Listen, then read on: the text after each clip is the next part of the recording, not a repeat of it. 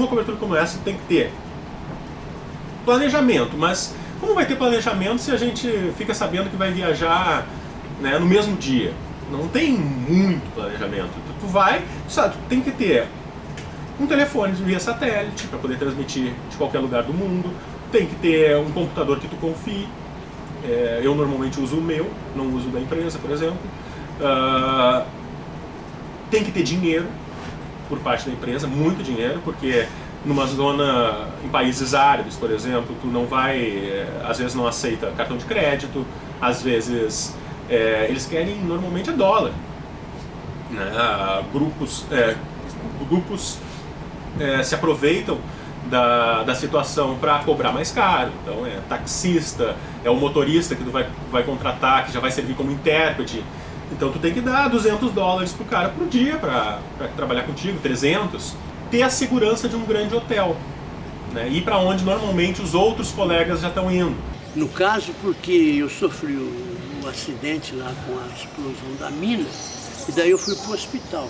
Então esse acidente mudou o planejamento da reportagem. Mas no planejamento original, eu ia para a guerra do lado americano, ficaria 20 dias no fronte americano, depois de ter vivido 1 mês e meio no país para ver a guerra do ponto de vista da população, depois eu ia para o fronte do lado americano. Aí eu saía do Vietnã do Sul, eu ia para o Vietnã do Norte, do lado comunista, e faria a mesma coisa do lado comunista. Ficaria vivendo lá, no meio da população, 1 mês e pouco, depois ia para o fronte do lado comunista para ver a guerra dos dois lados. O acidente que interrompeu esse plano. Algumas dicas interessantes assim. Um é planejar sempre o que você vai fazer, se possível, né? Tô falando muito mais de outros perfis de violência. Mas você sabe onde vai, você tem a questão do idioma, a questão dos contatos, em quem confia, com quem você está indo para um lado e para o outro. Se o teu chofer, o cara que está dirigindo o carro, conhece a região. Se você tem um telefone que funciona, se você tem o telefone das pessoas certas, se você conversou com pessoas que estiveram na região antes e elas te informaram mais ou menos sobre a situação das coisas.